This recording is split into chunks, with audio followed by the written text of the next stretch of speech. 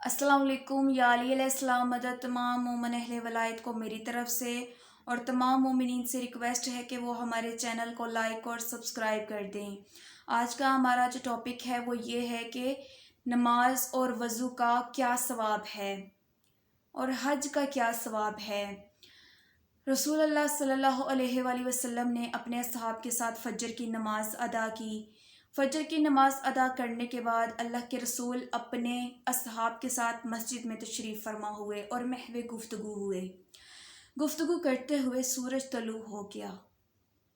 सारे सहाबा ने उठ के घरों को जाना शुरू कर दिया। जब सारे सहाब अपने अपने घरों को चले गए तो वहाँ पर दो सहाबी रह गए, जिनमें से एक अंसारी था और एक अस्कफ़ी था।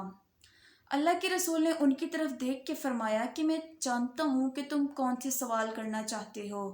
और मैं ये भी जानता हूँ कि तुम कौन से सवाल करना चाहते हो। और फिर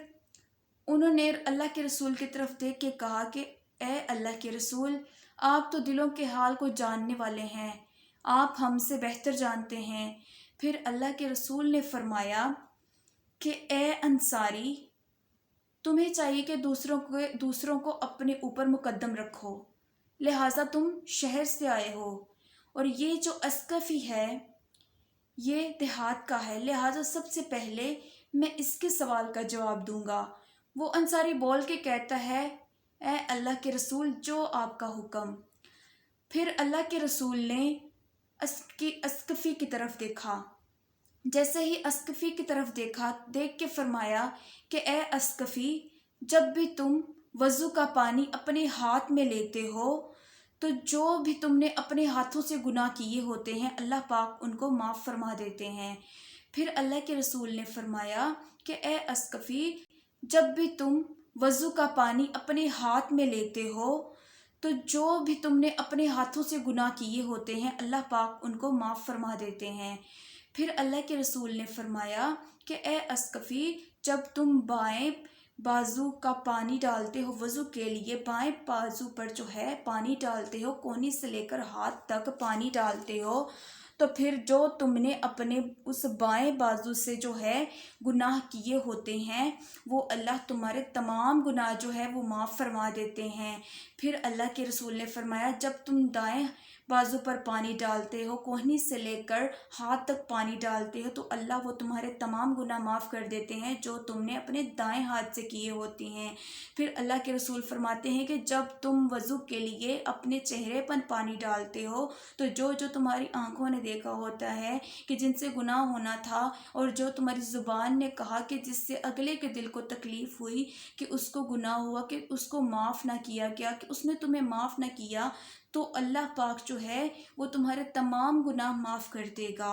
तो फिर अल्लाह के रसूल ने फरमाया, जब तुम सर का मसा करते हो, जब तुम पाँव का मसा करते हो, तो जब तुम पाँव का मसा करते हो तो अल्लाह वो तुम्हारे तमाम गुनाह माफ़ कर देते हैं कि जो तुमने अपने पाँव से किए होते हैं। और फिर अल्लाह के रसूल फरमाते हैं कि जब तुम नमाज के लिए खड़े होते हो, जब तुम नमाज के लिए खड़े होते हो, सजदा करते हो, रुकू करते हो, तशहुद पढ़ते हो, और फिर अल्लाह के रसूल फरमाते हैं कि अल्लाह पाक तुम्हें इस नमाज का इतना सवाब अता करता है कि इससे गुज़िश्ता तुम जितनी भी नमाज़ें पढ़ चुके हैं, जितने भी मतलब कि भूल चुके तुमसे जो भी गलतियां हो चुकी, अल्लाह पाक वो तुम्हारी तमाम गलतियां और तुम्हारे तमाम गुनाह जो है वो माफ़ फरमा देते हैं।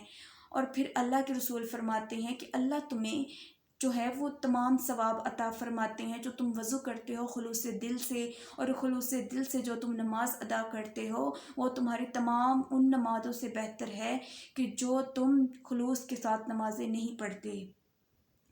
उससे आगे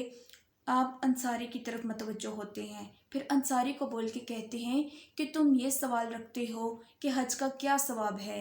अल्लाह के रसूल फरमाते हैं कि जब भी कोई बंदा, कोई भी शख्स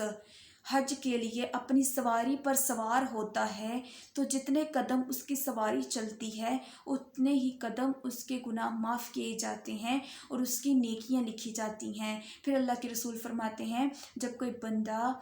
احرام باندھتا ہے تو اللہ اس کو 10 نیکیاں عطا فرماتا ہے۔ مقام ابراہیم پر جب وہ 2 رکعت نماز ادا کرتا ہے تو اللہ اس 2 رکعت نماز کے بدلے اس کو 2000 رکعت کا ثواب عطا کرتا ہے۔ پھر اللہ کے رسول فرماتے ہیں کہ جو بندہ صحیح کرتا ہے تو جس بندے کے ریت کے ذرے کے برابر بھی گناہ ہوں گے تو اللہ اس کے گناہ معاف فرما دے گا۔ اور پھر اللہ کے رسول فرماتے ہیں جو بندہ واپس آ کر پھر مقام ابراہیم پر نماز ادا کرتا ہے تو ایک فرشتہ اس کے پاس آتا ہے، وہ فرشتہ آ کے اسے کہتا ہے کہ اے بندہ خدا، اللہ نے تیرے تمام گناہ معاف کر دیے ہیں اور تیری تمام غلطیاں معاف کر دی ہیں، تیرے گناہ معاف کر دیے ہیں۔ اور اللہ نے کہا ہے، اللہ نے فرمایا ہے کہ میں توبہ قبول کرنے والا ہوں، میں اپنے بندوں کو معاف کرنے والا ہوں، لہٰذا اے بندہ خدا تو نئے سرے سے اپنی عبادت شروع کر، نئے سرے سے اپنی زندگی شروع کر۔ اسی لحاظ سے ہمیں بھی چاہیے کہ ہم خدا کی عبادت کریں خلوص نیت سے، تاکہ ہمارا خدا ہم سے خوش ہو جائے۔ اللہم صلی علی محمد و علی محمد وعجل فرجہم یا قائم علی محمد۔